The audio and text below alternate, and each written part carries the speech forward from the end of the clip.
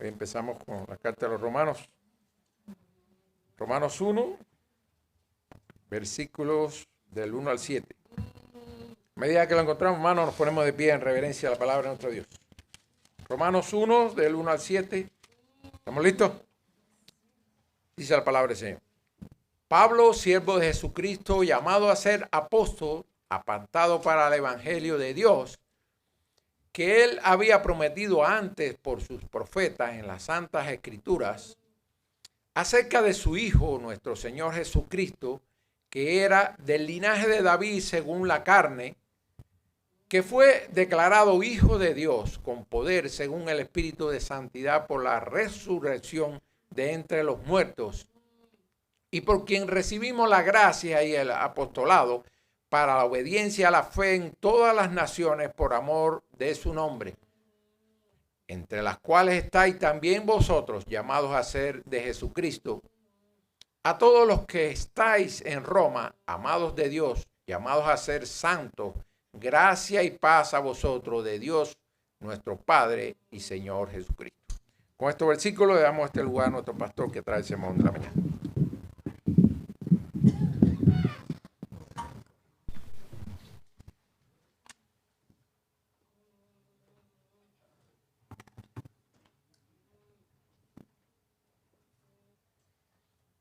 Bien, hermanos, gracias a Dios por el día de hoy. Hoy comenzamos con la carta a los Romanos. ¿Verdad? Ya terminamos con el Evangelio de Marcos. Vamos a comenzar una serie de exposiciones acerca de la carta a los Romanos. Y permítaseme primero, antes de ir al texto en sí mismo, poderles poner un poco en el contexto de qué es lo que estaba pasando con respecto a la carta a los Romanos, un poco entenderlo, ¿no? Todas las circunstancias que le rodean, para también poder entender todo el hilo del apóstol Pablo. Cuando miramos la carta a los Romanos, una de las cosas que tenemos que entender es que la carta a los Romanos no tenía un propósito específico. La mayoría de las cartas del apóstol Pablo tenía un propósito muy definido. La carta a los Romanos no. La carta a los Romanos es un escrito donde encontramos que tiene de alguna manera varios propósitos. En primer lugar, Pablo se está presentando porque quería ir a Roma y estaba preparando de alguna manera toda digamos, el terreno, ¿no? Para que los romanos supieran quién era él. Por otro lado, una de las causas que Pablo iba a visitar a Roma es que tenía pensado continuar un viaje misionero hacia España, tomando Roma como la plataforma para poder salir a España. La iglesia de Roma no fue como otras iglesias que Pablo llegó y había predicado ya. Pablo le está enviando una carta precisamente con todo este objetivo. Ahora, dentro de todas las cosas que encontramos aquí en esta carta a los Romanos, y entendiendo un poco ese propósito, encontramos también que había una gran diferencia entre los judíos y gentiles. Las causas, bien simples. El emperador Claudio había expulsado a todos los judíos de Roma. Y el hecho de que haya por causa de que los judíos muchas veces causaban disturbios, y a causa de esto pues fueron echados fuera, y dentro de ellos fueron los echados también cristianos que eran de origen judío. Y ya en el momento en que se escribe la carta, habían regresado porque estaba Nerón, quien había tomado el imperio, era ahora el emperador, y muchos judíos habían regresado. Y cuando ellos regresan, se encuentran que había ya otro sistema de pensamiento y comienza de alguna manera una serie de problemas entre judíos y, o sea, cristianos judíos y los cristianos paganos. Y esta es la causa por la cual usted encuentra después en los capítulos, por ejemplo, del 9 en adelante, que se está hablando de este contraste y cómo Pablo hace una exposición. Una de las cosas también muy interesantes, hermano, con respecto a esta carta. Esta es una de las cartas más teológicas, digamos que esto es un manifiesto teológico dentro de las Escrituras. De hecho, si a mí me preguntaran, generalmente las personas una y otra vez no. Por ejemplo, citan que Juan 3:16 puede ser el centro del versículo más importante dentro de las Escrituras. Si a mí me preguntaran cuál es los textos más importantes, porque no creo que sea un solo versículo, creo que toda la Biblia es importante, no estoy minimizando, sino que de alguna manera concentra todo el mensaje del Evangelio. Yo iría simplemente al capítulo número 3 de Romanos, versículos 21 al 26. Para mí ese es el centro del Evangelio y está precisamente también en la carta a los romanos. La carta a los romanos ha sido una carta que ha impactado a través de la historia de grandes hombres también de Dios. Si ustedes van y buscan un poco en la historia, encontramos que, por ejemplo, Agustín pudo encontrar la gracia precisamente de Dios ahí en Romanos capítulo 13, los versículos del 13 al 14. O el mismo Lutero también fue confrontado con las Escrituras en el capítulo 1, versículo número 17. O sea, que ha sido una carta, lo mismo pasa con Wesley, también fue confrontado con las Escrituras por medio de Romanos. Y la idea precisamente que nosotros queremos también con el exponer Romanos es poder entender toda su profundidad teológica, pero más que nada quedar nosotros también expuestos ante la palabra de Dios y que pueda traer esos mismos cambios que también ha podido traer a través de los siglos. Este es el propósito de poder exponer una y otra vez las Escrituras, no solamente Romanos, cualquier texto que se exponga. Poder traer que la palabra vaya transformándonos cada día más a la imagen de nuestro Señor Jesucristo. Teniendo en cuenta un poco ya todo este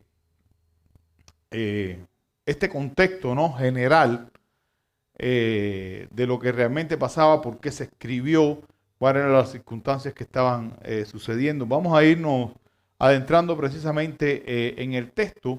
Y Pablo lo primero que comienza es haciéndose una presentación, y hoy vamos a hablar precisamente de eso, de esa presentación que trae el apóstol Pablo, cómo él se presenta, por qué él se presenta precisamente de esta manera, ¿verdad? Y cómo esto puede impactar a nuestras vidas al día de hoy. Si vamos al versículo número 1 de la carta a los Romanos, comienza con estas palabras: Pablo, siervo de Jesucristo, llamado a ser apóstol, apartado para el Evangelio. Fíjense la manera en que el apóstol Pablo comienza presentándose, y la primera palabra que él utiliza es precisamente la palabra siervo. Pablo está diciendo: yo soy un siervo. Yo no soy alguien importante. Yo soy un siervo. Y esto, y en el contexto en que lo está usando, él está diciendo: yo soy un esclavo de Jesucristo. Por lo tanto, él está enfatizando en algo que creo que es pero muy importante cuando hace uso de esto. Él está enfatizando en que él ahora es propiedad y te está sumiso totalmente a Cristo.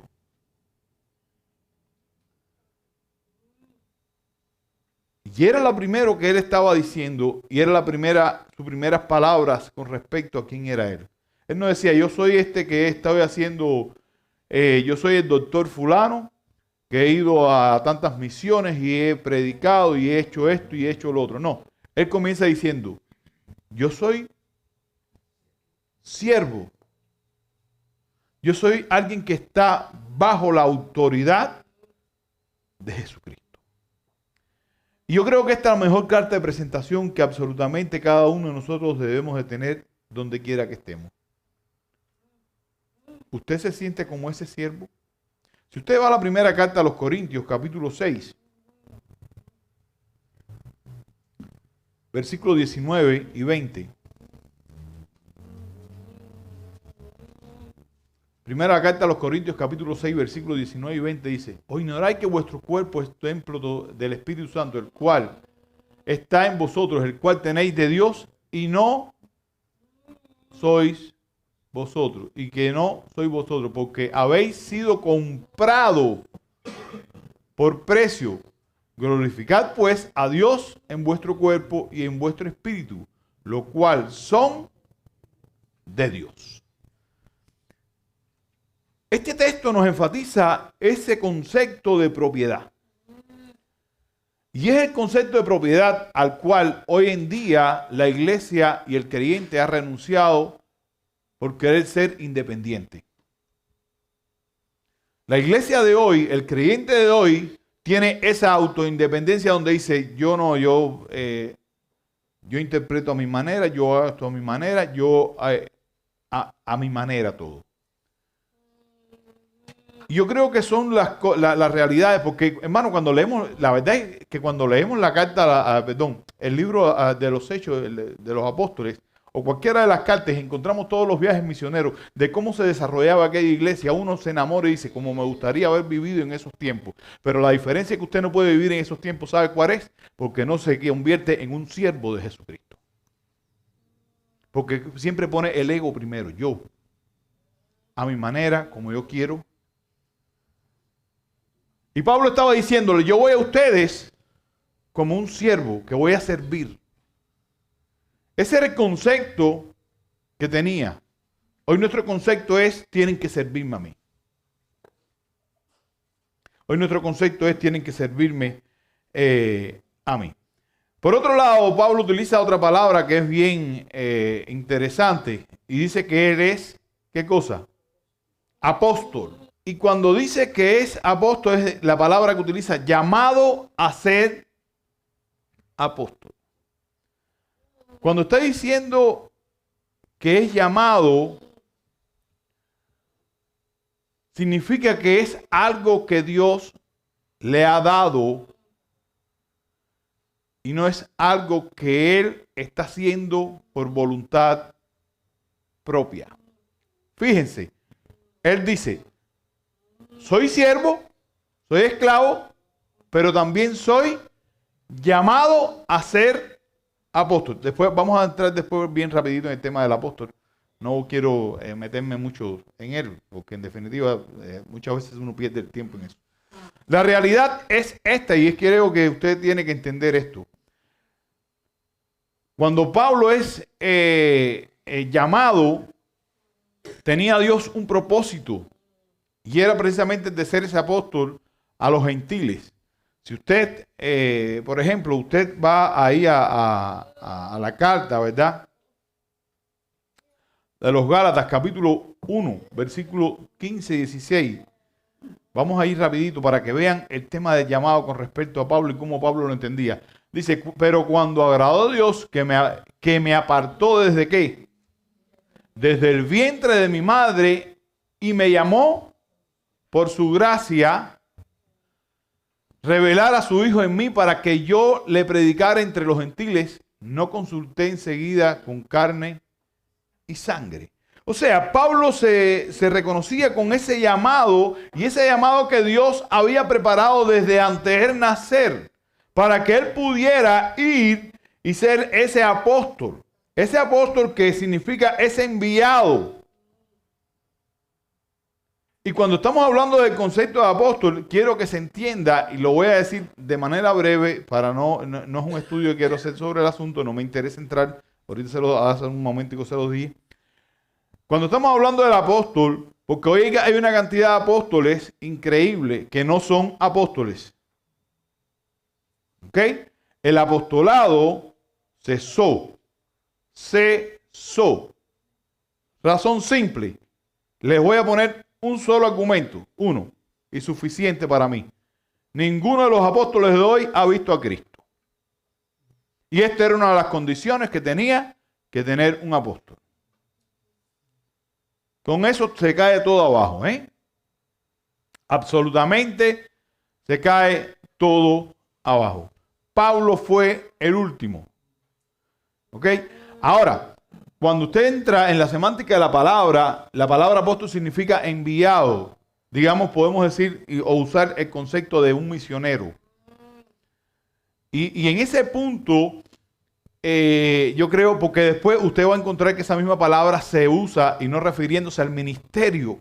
A lo que me estoy refiriendo es que el ministerio de los apóstoles fue para un momento dado y en un momento que tenía en la historia que era necesario. Ahora, ya después que esto sucede, usted va a encontrar la misma palabra que se utiliza, apóstol, refiriéndose a ¿qué? A enviados. ¿Ok? Pero cuando Pablo está diciendo que él ha sido llamado a ser apóstol. Y cuando está diciendo que ha sido a ser llamado apóstol, es enviado y está dentro del ministerio apostólico. Y Pablo se está identificando como tal ante los romanos. Y lo más importante, cuando Pablo se identifica de esta manera, no se está apartando por una tradición humana, sino para el evangelio de Dios. Él no está diciendo, yo soy un apartado para algo que es una tradición. No, yo estoy apartado para el evangelio de Dios. Por lo tanto, y este evangelio tiene un origen que es precisamente un origen divino. Calvino cita, y parafraseando a Calvino, estas palabras de Romanos capítulo 1. Pero no se atribuye a sí mismo autoridad alguna que no provenga de Dios, pues su gloria está en ser siervo y mensajero, no ser inventor de una doctrina. Y esto es también una gran verdad con respecto a nosotros. Nosotros cuando ahora somos enviados, como pueblo de Dios, hoy como nosotros siervos de Dios, no somos enviados para inventarnos algo, sino para ser portadores de un mensaje que ya está dado. Mensaje que toda la iglesia está llamada a llevar, que es el evangelio. Es el santo evangelio del Señor. Hermano, muchas veces nosotros una y otra vez tenemos la torpeza, ¿no?, de que nuestro orgullo y nuestros problemas y todas las circunstancias que nos rodean nos nubla y no nos permite ver quién realmente o para qué realmente hemos sido llamados. Porque de la misma manera que el apóstol Pablo fue llamado, usted también ha sido llamado para un ministerio. Y entiendo 100%, y voy a estar haciendo énfasis, recuerden que les dije que iba a estar haciendo énfasis en esto. Entiendo 100% que en las Escrituras hay personas que tienen ese don del evangelismo. Un don que el Señor le dio, los evangelistas. Sin embargo, una cosa no anula a la otra. El hecho de que unos tengan el don no significa que usted no tenga que cumplir con la misión que todos tenemos, que es también la de predicar el evangelio. O sea, porque muchas veces decimos, yo no soy el evangelista, y todos somos llamados a ser evangelistas. O todos somos llamados a ser predicadores del evangelio, predicar el evangelio, para usarle el término correcto. Todo, la iglesia en su totalidad. Ahora, algunos tienen el don de ser evangelistas, donde van fundando iglesias, donde van predicando en lugares determinados, porque Dios le ha dado ese don. Pero eso no significa que la iglesia no tenga que ir. El Señor nos ha llamado de la misma manera que llamó a Pablo. Pero lo más interesante en todo esto, y es donde quiero precisamente confrontarlo a ustedes. ¿Saben por qué ustedes creen que nosotros o la iglesia no está yendo hoy a predicar el evangelio? ¿Cuál será la razón? Se las doy, porque no se sientan siervos. Cuando se sientan siervos de Jesucristo, van a ir y predicar el evangelio. La iglesia necesita sentirse y ser siervos, esclavos. Y cuando me refiero, vuelvo a decirle, a la iglesia, quiero que entendamos que es de manera general, ¿verdad? Hermano, tenemos que someternos a ese mensaje, tenemos que someternos a ese mandato que el Señor nos ha dado a cada uno de nosotros. Pero no solamente eso, nosotros como pueblo de Dios tenemos que someternos como siervos, pero llevar el evangelio de la misma manera que lo hacía el apóstol Pablo, yendo y predicando en todo lugar. Yendo y predicando en todo lugar. Y estos son los puntos donde realmente considero, ¿no?, que la iglesia debe de tomarse seriedad. Si realmente nos estamos sintiendo como esos siervos, si realmente nos estamos sintiendo como enviados de Cristo. Continúa el texto. Pablo, siervo de Jesucristo, llamado a ser apóstol, dice, apartado para el evangelio de Dios. ¿Qué significa apartado para el evangelio? Y entender qué cosa es el evangelio. En el año 490, le voy a ir a la semántica de la palabra, porque todos sabemos que la palabra evangelio, ¿qué significa? Buenas noticias, ¿no? Las buenas noticias. Pero es bueno poder entender el origen un poco de la palabra y de entender el contexto. Porque cuando se está hablando de las buenas noticias, no es una buena noticia cualquiera. Era la palabra que se utilizaba para dar la noticia de una victoria militar. Era la palabra utilizada para hablar o referirse en particular a algo que causaba mucha emoción. O sea, que no es una noticia buena noticia cualquiera, sino una noticia extraordinaria. Por ejemplo, en el año 490, han escuchado la historia de Maratón, ¿verdad? Donde los griegos se enfrentan a los persas y ellos ganan esa victoria y mandan a un enviado con esa buena noticia, con ese evangelión, es la palabra. Y aquel hombre corrió 42 kilómetros, aproximadamente unos 26 millas.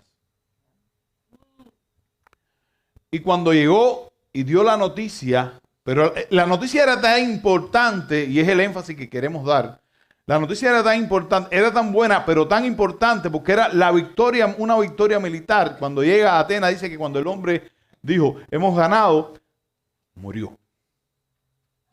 Porque para él lo más importante era llevar la noticia.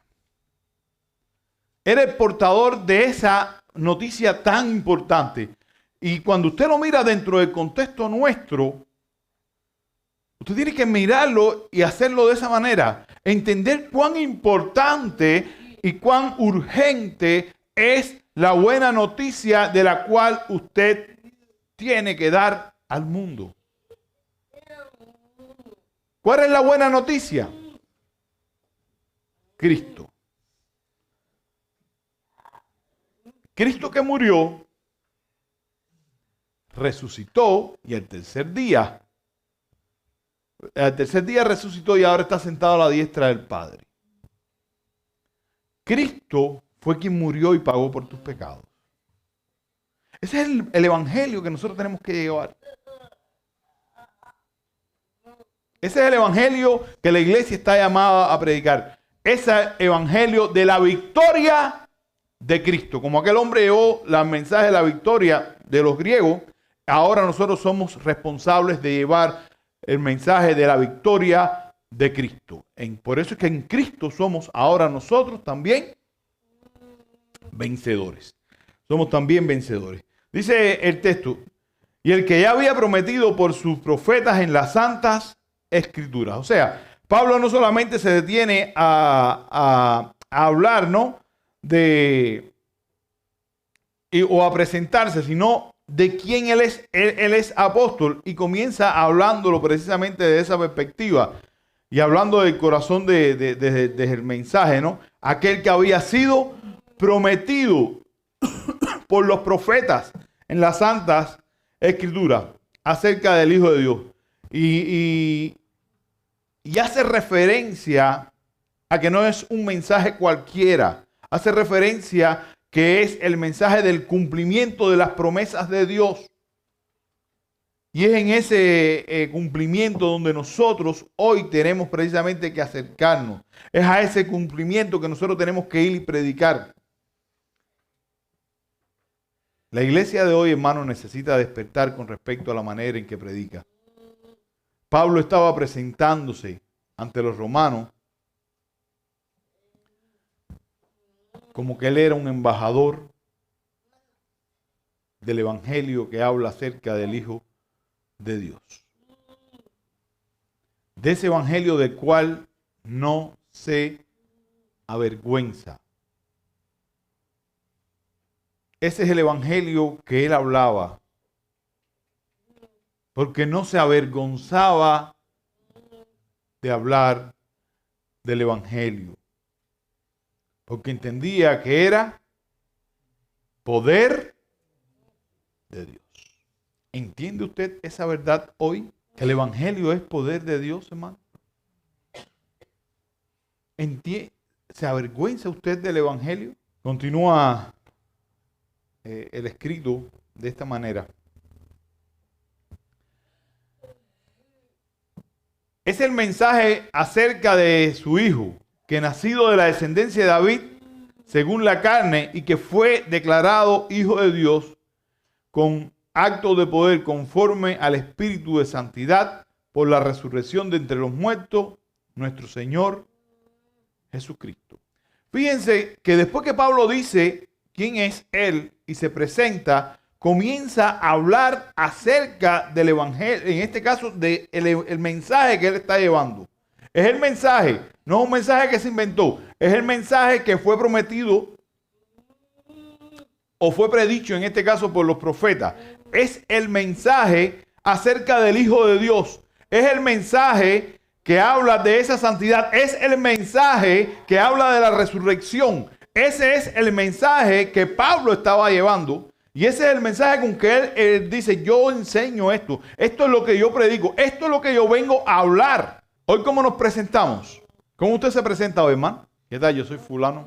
¿Cuándo fue la última vez que usted se presentó de esa manera? O sea, de manera tal que hable acerca de su fe.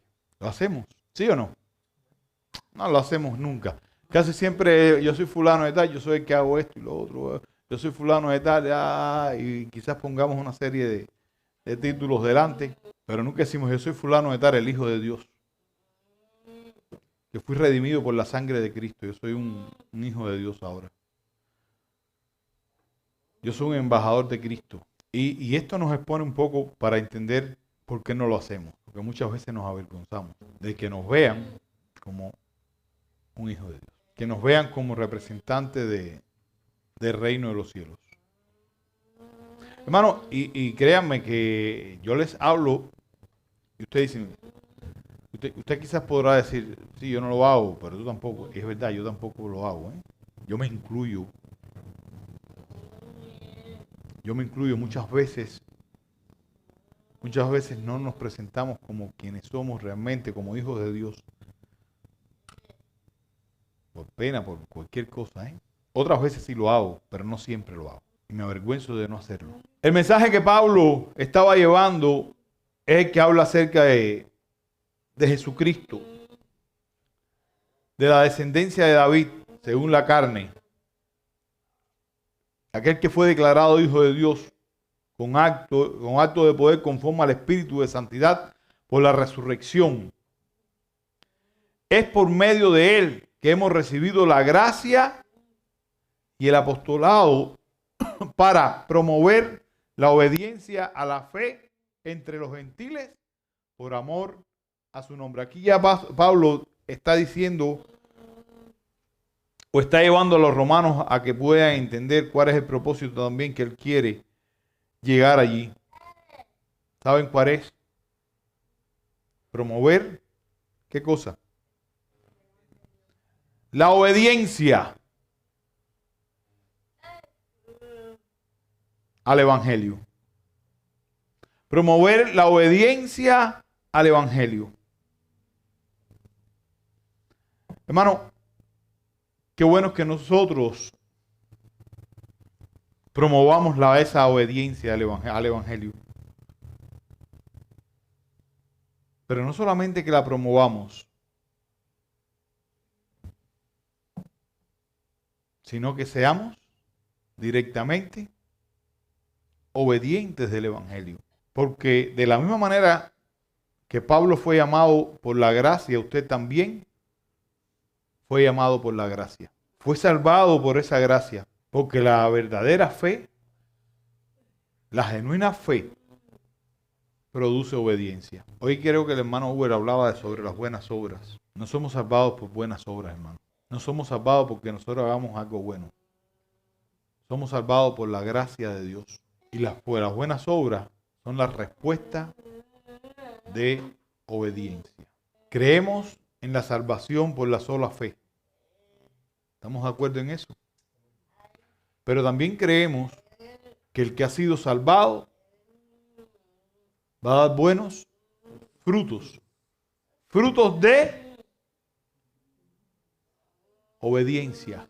¿Cuán obediente está siendo al Evangelio? ¿Cuán obediente está siendo al llamado que Dios te hace? ¿Cuántas veces reflexiono yo al respecto, no el domingo,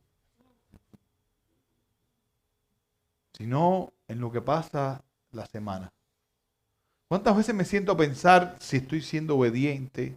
Me cuestiono el Evangelio, la obra del Evangelio, cómo estoy viviendo el Evangelio.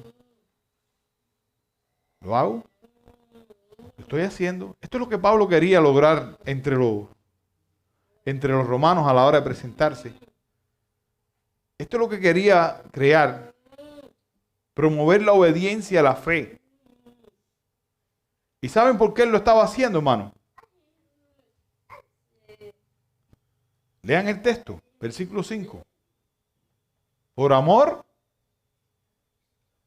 a su nombre. ¿Qué hace usted por amor a Cristo?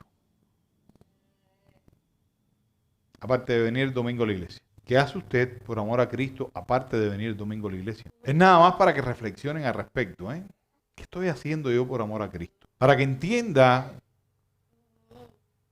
que no se trata de venir un día a la semana o dos, que es un estilo de vida el cual la iglesia ha desechado y lo ha convertido solamente en los domingos. Esto es lo que Pablo estaba llamando a promover dentro de los gentiles, dentro de los romanos en este caso. Él está diciendo, yo quiero ir allá para promover la obediencia.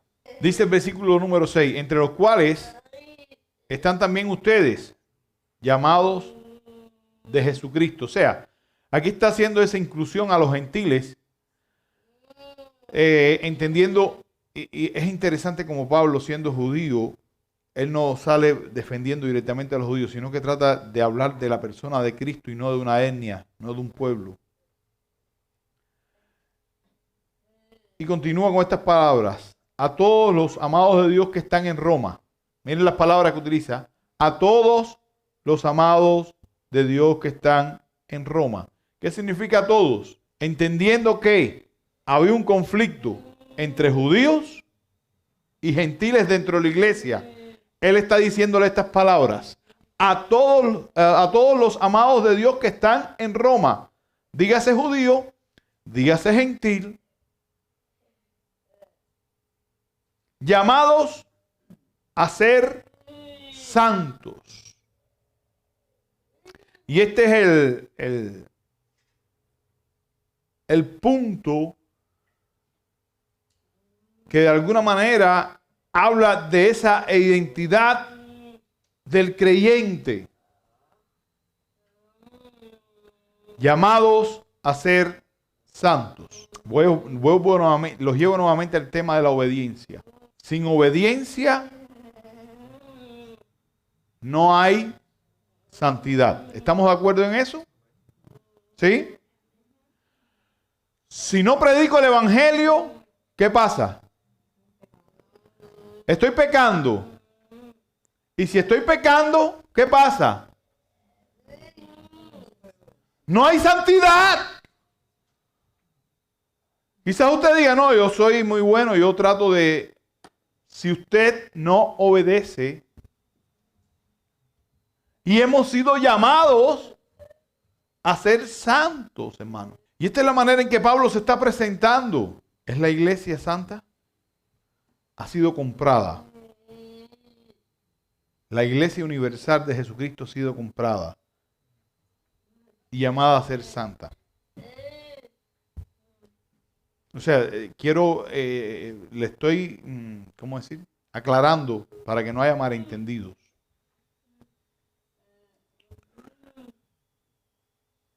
Pero estamos viviendo conforme a nuestro llamado a la santidad. para hacerlo más directo, ¿está siendo usted santo? ¿O procurando esa santidad? ¿Está respondiendo en esa obediencia a la palabra de Dios? Al llamamiento que Dios le ha hecho. Decía John Murray estas palabras: la fe que justifica no puede existir sin la santificación. Así como no podemos separar la luz del sol, no podemos separar la verdadera fe de la obediencia. Y estos son temas que Pablo va exponiendo después a lo largo de toda la carta. Toda su presentación va a ser temas va a estar trayendo a través de toda la carta.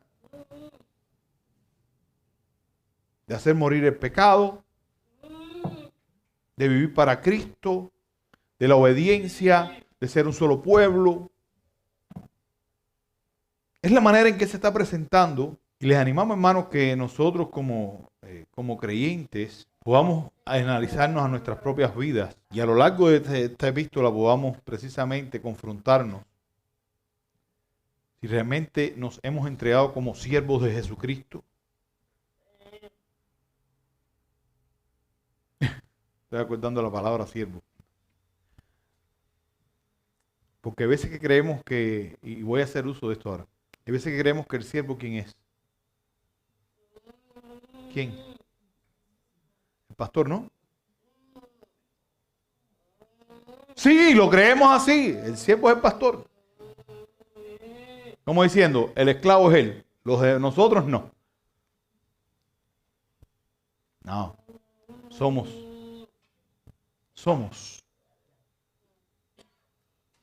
todos siervos. Somos todos siervos. No se salga de la fórmula. Esperamos que a lo largo de esta carta pueda identificarse como un siervo de Jesucristo. Un siervo que no se avergüenza de presentar el Evangelio.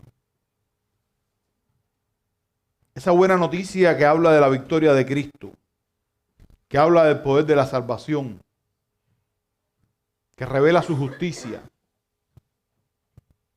Que a lo largo de esta carta, hermanos, podamos ver frutos de arrepentimiento y obediencia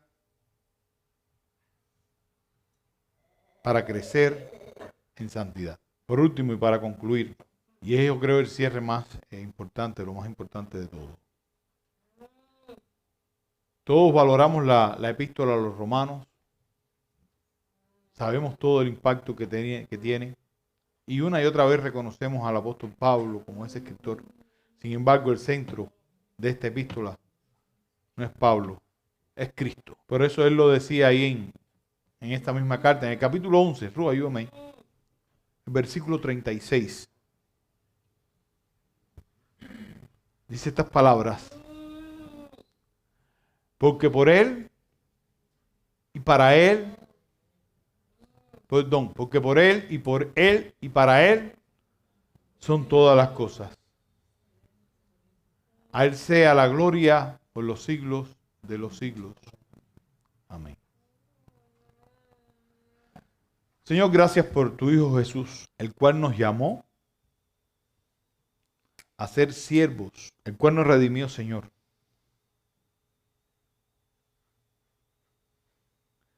Con el propósito de formar parte de su pueblo, el pueblo que compró de toda lengua y de toda nación. Y te pedimos que nos ayudes a responder en obediencia, que nos ayudes, oh buen Dios, a vivir en santidad para ti, porque es para ti toda la gloria y toda la honra, Señor. Que la iglesia tome conciencia de eso, Señor. ¿A qué lo ha llamado? ¿A qué nos ha llamado a ser siervos tuyos, Señor? Siervos obedientes que predican y comparten las verdades del Evangelio de Dios.